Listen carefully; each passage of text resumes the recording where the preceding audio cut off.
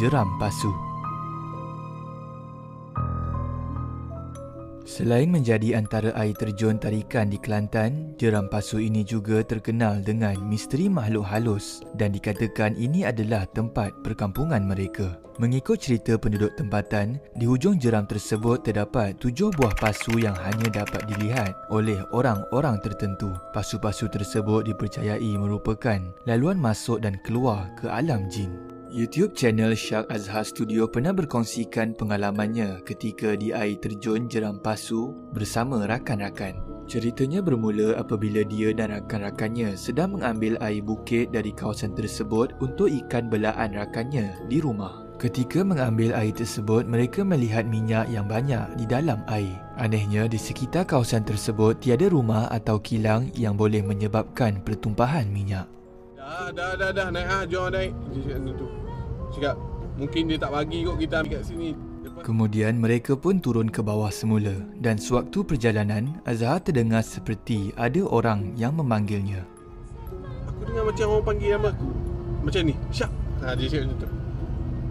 So bila kita dengar ada orang panggil, aku fikir yang Faizul panggil. So aku toleh kat belakang. Aku tanya dia, kenapa Aku tanya macam tu. Kau tahu dia cakap apa? Apa? Aku tanya dia, kau panggil aku kan? Mengarut lah dia cakap. Mana ada? Aku jadi macam pelik kan. Bila dah dia cakap mana ada tu, aku dah jadi macam pelik kan. Aku pun tanya Alif, Alif, kau panggil aku ke? Kau tahu Alif cakap apa aku? Kau kenapa tegur? Dia cakap tu aku. Kau kenapa tegur? Diam-diam sudah lah dia cakap. Aku mana tahu geng. Aku ingat betul-betul ada orang panggil aku.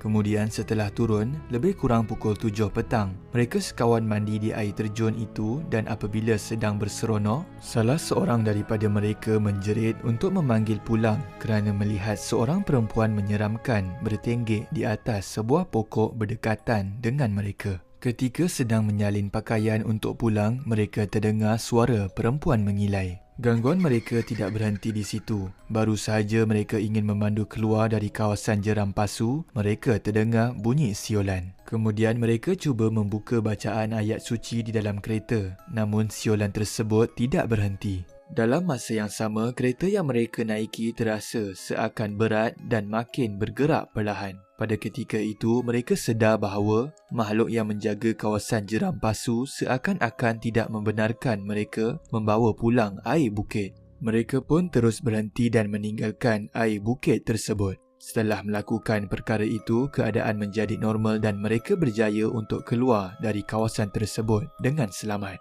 Ingin mendengar kisah penuh ini, boleh ke channel Shark dengan tekan link di bawah.